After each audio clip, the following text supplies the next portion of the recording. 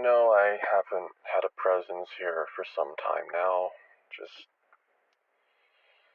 things have changed for me, and I think some of you might want to hear about it.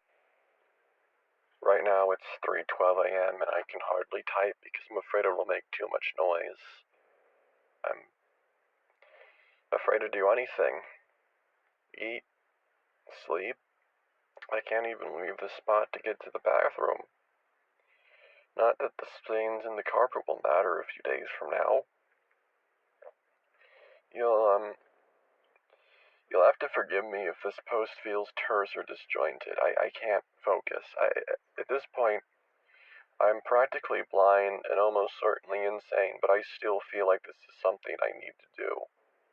I know if I'd found this story on the forum when I first showed up, things would have gone a lot differently for me. I might not be here now, paralyzed with fear in this computer chair, soaking in my own piss. They might never have found me. This is all pretty cryptic, I know. It's just not something I can explain in a couple of sentences. You'll understand everything by the time you're done reading. At least, everything I understand, which may not actually be much.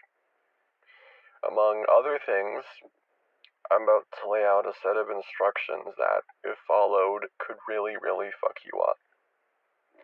So, step 0, if you have anything at all to look forward to in life, stop reading. This isn't for you. For me, the descent began as a steady downward spiral into mediocrity. Probably a process most people my age are familiar with. You put off adulthood for a while by attending college, until finally you realize the center can't hold, and you have to choose a career path. If you plan on being a productive member of society, this is when the real work begins. You stop putting off studying the night before. You forget you ever had a social life. You acquire a real bona fide work ethic. Or, if you're like me, you drop out before the pressure piles on and you commit to a life of MOs and cereal because you can't be bothered to fix actual meals. Granted, most people aren't like me. They still have to get out and work a job to keep bread on the table. I don't. I was lucky enough to have a mother who left me at an early age and an estranged father who shows his love not by answering my calls, but by keeping my joint bank account full. Needless to say, I never had to work. Never had to get out at all, really. So for a year and a half after I left school, my life consisted of 3 things: League of Legends, Netflix, and ordering sushi. The only thing I remember leaving the house was to get the mail every other month. What a dream, right? That is, until you discover that the human body isn't really built to sit hunched in a computer chair, staring at a light source for weeks on end. It takes a while for that to sink in, but when it does, it really knocks you on your ass. I remember pretty clearly the night it first occurred to me that something might be off. I was waiting for a game of LOL to start, sort of zoned out, staring at the junk in my desk. For some reason, my eyes came to rest on the styrofoam cups that my delivered lo mein in. They were collapsed into a stack about 5 or 6 cups tall. I think I was contemplating how to go about finding a maid to get rid of the trash piled around the apartment when I noticed something strange about the cups.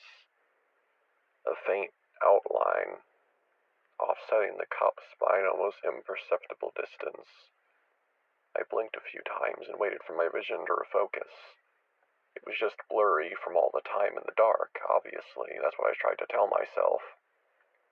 As I rubbed at my eyes, as I dripped water into them from the tap, and then finally as I crawled into bed, I tried to believe that my eyes were just tired from the hours of grinding. They'd be better in the morning. Of course, you already know that isn't how things went. If it had been that simple, you wouldn't be reading this. My vision was no better the next day, nor the next week, nor the week after, and it was steadily getting worse. Each day I watched the outline of the foam cups drift further from the stack, slowly transforming into a ghostly double. It was the same for everything of contrast I looked at. The white plate of the light switch, black text on bright backgrounds, a glint of light on the metal arms of my computer chair. They all acquired their own ghostly twins, which hovered just above them and just to the left. Light sources were even worse, casting thin, radiant webs out toward their doubles. Before long, the green LED light on my computer tower was surrounded by a dim halo. I quickly became obsessed with my worsening vision, testing it by closing one eye and then the other, moving my head back and forth, spreading my eyelids with my fingertips, anything to understand what had changed. A lot of the hours I've been devoting to games turned into anxious scrolling through medical websites. I didn't actually break down and schedule an appointment with an ophthalmologist until I came across an article on WebMD titled Early Symptoms of Multiple Sclerosis. First on the list, blurred or doubled vision. I won't waste your time with all the medical stuff. Suffice it to say, it did more harm than good. I spent a couple months pestering at my general practitioner and visiting every eye doctor I could get to. After about a dozen different failures to diagnose anything in particular, the anxiety got so bad that I started to develop new symptoms altogether. Fatigue, head pain, paranoia. During the day, I tried to drown out my condition with video games. During the night, I sat awake, watching the shadows, unsure of whether they were actually moving or if my own fucked up eyes were just getting the best of me. It's a strange thing to be so acutely aware of your own body. Easy to take your own senses for granted. But the moment you experience the slightest change, your whole world shifts. And it's an inward shift. Your body becomes a prison, separating you from the outside world, and your life is a series of scratches on the prison wall, counting the days since you were whole. That's how it felt to me anyway. The little sleep I got was precious to me. It was my escape. I often wished I wouldn't wake up, but after weeks of slogging through that misery, I managed to find for myself a dim little beacon of hope. A condition that seemed to fit my symptoms to a T. And according to the articles I could find, few medical professionals took seriously. Computer vision syndrome, or CVS. Essentially, you focus on the screen too hard for too long, and all kinds of things start to happen to your vision. Having a name that you can attach to your illness is, well, it's hard to describe the feeling. It makes the whole thing feel less like some overwhelming force in your life and more like something you can fight. And lucky for me, the fight against CVS is a pretty simple one. You just have to condition your eyes and give them proper rest. That's all there is to it. They call it the 20-20-20 rule. For every 20 minutes looking at the screen, spend 20 minutes focusing your eyes on something 20 feet away. Simple enough. Again, though, too simple. This wouldn't be worth writing if that was where it ended, would it? 20-20-20. Let's say, for congruity's sake, that I did this for about 20 days. In that entire time, the only difference I saw was that now, when I flicked my eyes too quickly in any direction, dark strands drifted like shadows across my vision. I might have made another appointment with my doctor if I hadn't spent so much time reading about this stuff. They were floaters, little strands of collagen moving around inside my eyes. Everyone has them, but most people's eyes focus in such a way that they're more or less invisible. I knew they were harmless, but for some reason they horrified me. In my developing mania, they felt like an omen of some kind. a sign that I would spend the rest of my life looking out from behind these broken kaleidoscope eyes. It might sound a little melodramatic when you think about all the terrible stuff people go through, but I could never boast a particularly strong willpower. That little flame of hope for my discovery of CBS had ignited was beginning to dim, and really I just wanted to die. The floaters had a way of exacerbating the paranoia and the anxiety. I kept catching glimpses of things in my peripherals that weren't actually there. My brain interpreted them as human shapes, but I knew better. Still, that knowledge didn't make it any easier for me to sleep at night. Exhausted and mostly consigned to my fate, I did what people in my situation do. I began to shout my woes into the void of the internet. That was how I found this form, tucked away in some yuku.com domain board for people suffering with CBS. It's been a while since the last time I checked in here, but some of the veterans may remember my first post. It was a wall of text, not unlike this one, describing in probably too much detail the minutiae of my condition. And if you remember that post, you might remember one of the members who responded to it, Blind Bat 2020. I don't know if she has much of a reputation around here, but she certainly made an impression on me. All she said on the thread itself was that she knew what I was going through, and that she might be able to offer a solution. She told me to shoot her a PM if I was interested, and within hours we were talking on her private IRC channel. It was called the Watcher's Chat. Everyone there seemed to be just as receptive as she was. I'd feed them pieces of my story, and they'd all tell me about their similar experiences and how they were on the road to recovery. I remember one user in particular, someone by the name of Transdermia, who said that he almost never thought about his vision at all anymore. Soon, he said, he'd be all better. You can't imagine the effect this news had on me. I took my fingers off the keyboard and, again, dramatic, I wept for a while. After that, I spent almost all my time talking to blind bats, learning about the chat and what they were all doing to fix their eyes. They called the process depersonalization. It wasn't something any one of them had come up with, but rather a method that had been sort of passed down by the members of the chat over the last half-decade or so. None of the original members weren't around anymore, but they didn't need to be. Blind Bat and the others really seemed to have a handle on things. She guided me through it, taking me a little further each day. It felt like a series of physical therapy sessions, if a little more unorthodox. Step 1.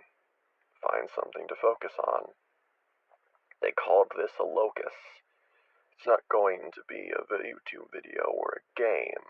It has to be something that doesn't stir any thoughts or feelings in you whatsoever, but something you can look at for hours on end. Harder than it sounds. For me, it ended up being a looping gif of the baby from Eraserhead, wrapped in bandages and gasping for air. Weird choice, probably. Might reflect something of my psyche, but it doesn't really mean anything to me, and I find it visually interesting enough, so it works well enough. Step 2. Prepare yourself. This one she spent a lot of time drilling into me. You really have to be able to concentrate fully on your locus. Keep the lights off, cover the windows if you have to, plug your ears, wear earmuffs over the earplugs, wrap yourself in blankets, tape blinders to the side of your head to keep your peripherals from distracting you. Anything you have to do to remain fully centered on the screen. You cannot afford to break your concentration. Step 3. Focus. You remember that 20-20-20 rule I mentioned? This is basically that, adjusted to depersonalization.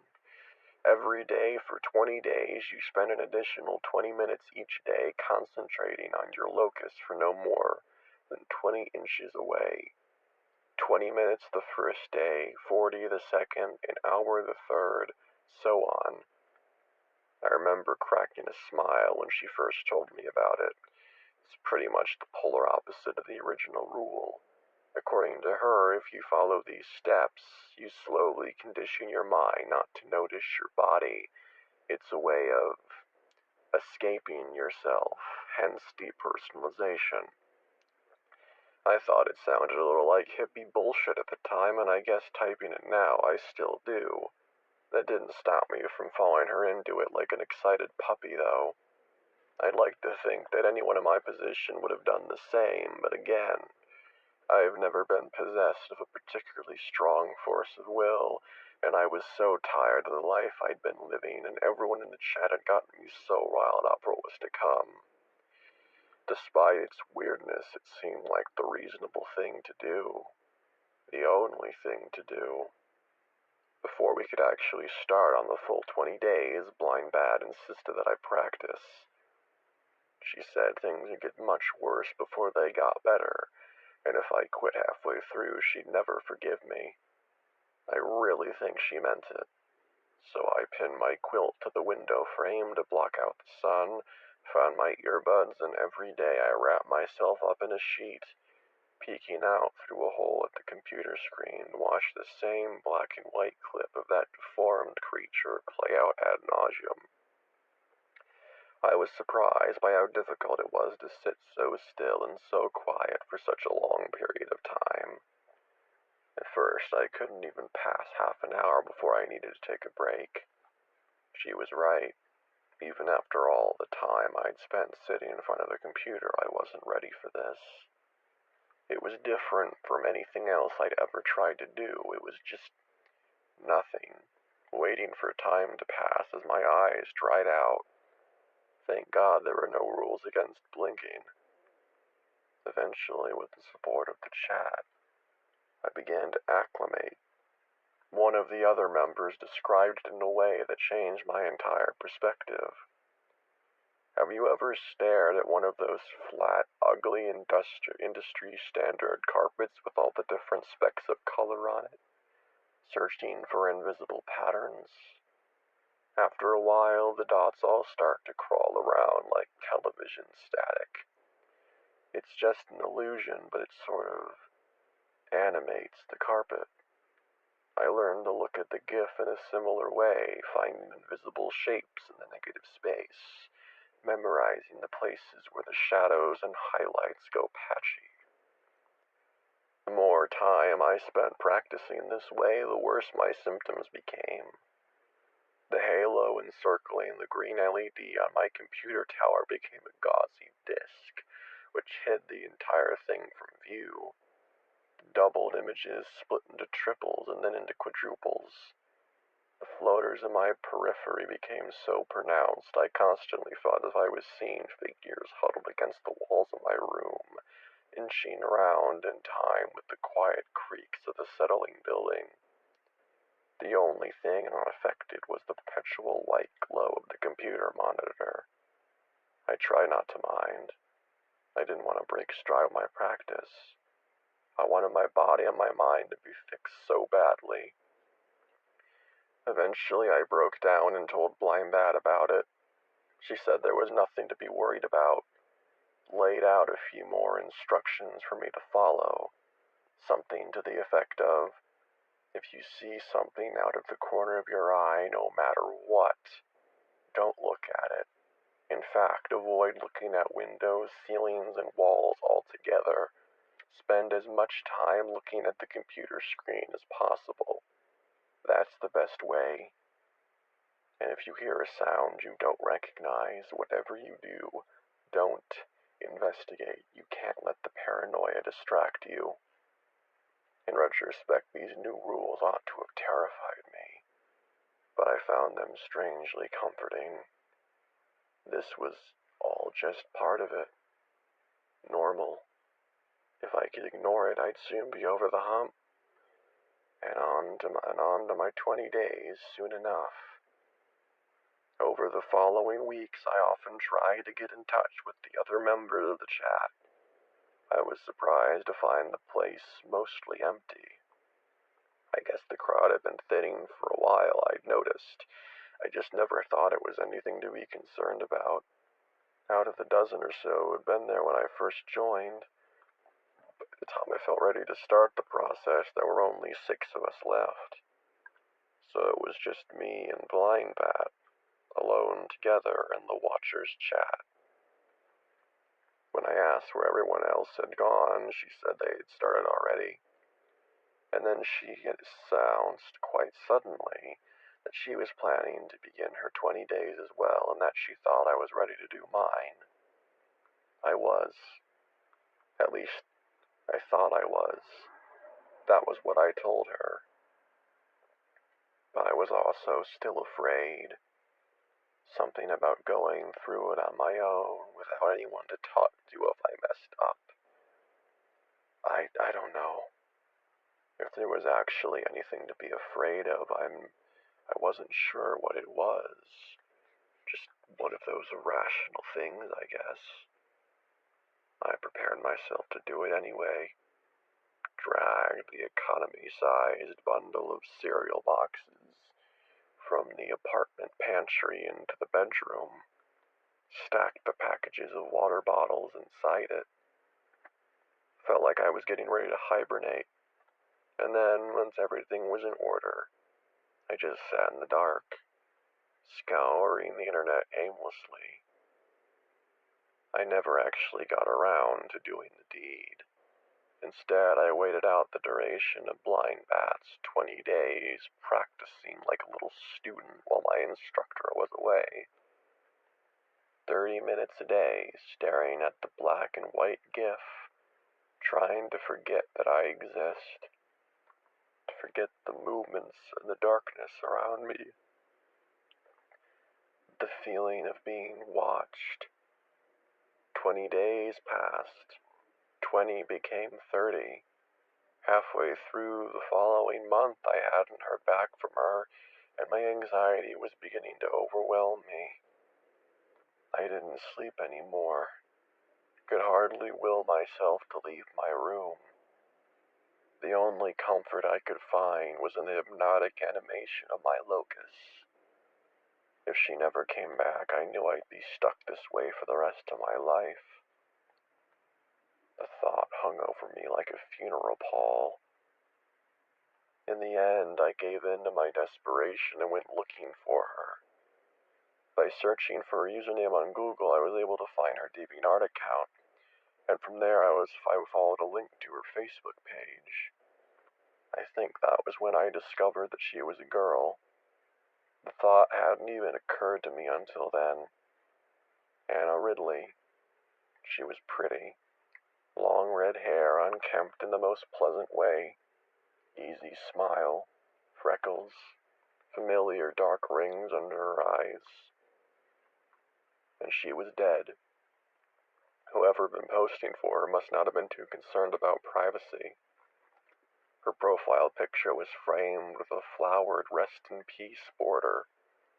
Her most recent status was a wall of text full of all the usual post-mortem reflections. Surprisingly, it also went on to describe how she was found, sitting upright in her computer chair, rail thin, eyes fixed on a looping image of autumn leaves blowing across the pavement. They guessed she'd gone a number of days without eating and drinking, but they weren't actually sure how it happened. I couldn't breathe right. I felt the world closing in around me as I searched for any possible discrepancy, any hope that I'd ended up on the wrong Facebook page, or that it was some kind of avant-garde art thing, or maybe that I'd managed against all odds to fall asleep, and I was caught up in a terrible dream. It took me most of the day to reconcile what I was seeing on her page with reality. For a long time after that, I just sat in the Watchers chat, waiting for her to log back in, waiting for anyone really. It remained as empty as it had been for the last month. Few people know what it's like to feel totally alone. Maybe Most have at least one person they can reach out to, a friend, a relative, an acquaintance of some kind. Ultimately, if worst comes to worst, you can call up the police and tell them you're dying. They'll send someone to do something. But I'd spent so long in the dark, let my life become so much about my sickness that I was afraid to reach out. It's like when you're little, and you don't want your feet to slip out from under the covers because you know that something will grab you. I didn't want to come out of the dark. I could only see one way forward, and the person who was supposed to guide me there was gone. If I could sleep, I think I would have crawled into bed and just stayed there. But the shadows were growing longer all the day, and my vision was getting worse. Often, I swear I could hear the sounds of shoulders brushing against walls, floorboards creaking under imaginary feet. All I could do to keep from devolving into a trembling, paranoid mess was to stay wrapped in my sheet, earbuds plugged into my ears, gazing at my locus. That was how I started my 20 days. It was difficult at first. Not the concentration, I'd had enough practice to be good at that by then. More so the image of blind Bat in my head, sitting lifeless in front of her computer. I didn't want that. No one wants that. I wasted a lot of time worrying about how it might have happened and how I could avoid it. I eventually decided I just have to be vigilant of my eating habits and make sure I stayed hydrated. If something did happen, well, I wasn't ready to believe my circumstances could get much worse. 20 minutes the first day, 40 minutes the second, and keep adding until you're somewhere upwards of 5 hours a day entranced by the image you've chosen. It works better than you can imagine. As the seconds tick by, you sort of enter the image. You lose your body and your memories. You become the pixels, the scan lines. You forget the way your open eyes start to sting and your dry cotton mouth. You forget the world. You even learn to forget the silhouettes in your peripherals, the subtle sound of movement. By the 14th day, I was almost gone. The things that had mattered to me a little over a week ago had melted away into the comforting glow of the screen. My failing vision, my paranoia, my steadily increasing fatigue, they became an itch at the back of my mind, too insignificant to even scratch. In less than a week, I knew I'd be done with this nightmare. Freedom was only 6 days of careful concentration away. I was nearly finished with my 5 hours for the day when something pulled me out of my trance. It happened slowly, a creeping awareness that something had changed in my environment. Air currents, probably. Paranoia. I was used to filtering these things out. But there was something more this time. Something tangible. A new sound. I repeated Blind Bat's instructions in my head like a mantra. If you see something out of the corner of your eye, no matter what, don't look at it. Don't look at the windows, ceiling, or walls. If you hear a sound you don't recognize, whatever you do, don't investigate. For a while that helped. Only for a while, though. The sound was so persistent and subtly distracting that soon I was focused more on ignoring it than on my locus. I didn't feel concentrated. I felt trapped halfway between myself and the screen, and the sensation was sickening. All the anxiety and dread I'd spent so much time pushing away came flooding back. I could feel the cold air on my skin, the emptiness in my gut. My eyes hurt, lips were dry and cracked. For the first time, beyond the barrier of the sheet and earbuds and the repeating image of the deformed baby on the screen, I noticed how impossibly present my floaters had become. They'd coalesced just out of sight, forming shapes that I couldn't quite see, but that I somehow knew were coherent. And they were making sounds, actual sounds. In a moment of weakness, instead of trying to regain my composure and concentrate on my locus, I let myself react. I broke the rules. With quivering hands, I pulled my earbuds out. I could hear feet stirring gently across the fibers of the carpet, and quiet, labored breathing. My vision and my mind have been playing tricks on me for so long. What reason did I have to be genuinely concerned? Fully expecting to see nothing, I glanced over my shoulder into the darkness. A dozen pair of eyes glared back at me, pinpricks reflecting the monitor's light. They were set into the faces of gaunt, emaciated figures, all pressed against the walls, crouching in the corners, clinging to the ceiling. One of them stood in the doorway, torso arched as if it could barely support its own weight, head lolled to one side on its useless neck. A few wisps of dried out red hair trailed down from its scalp. I froze, twisted in my chair. I knew already that it couldn't be a trick of the eyes. It was too specific, too real.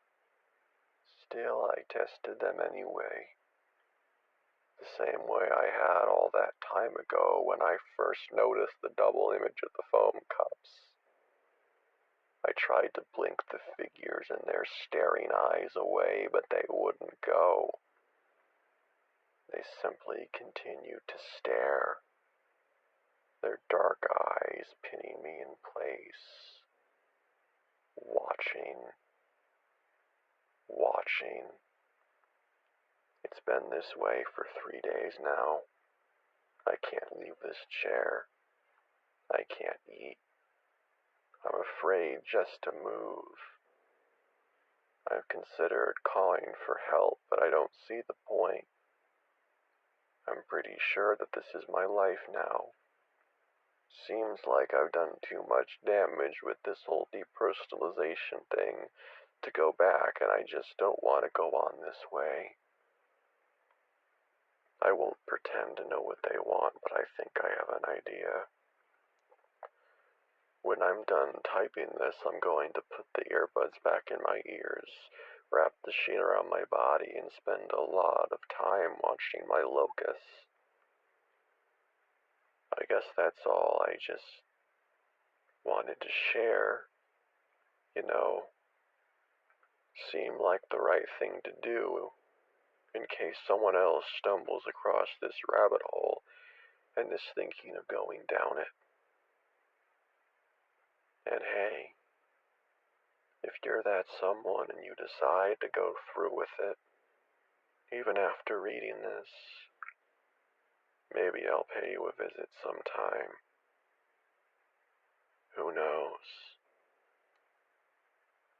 Till then, I'll try not to disturb you.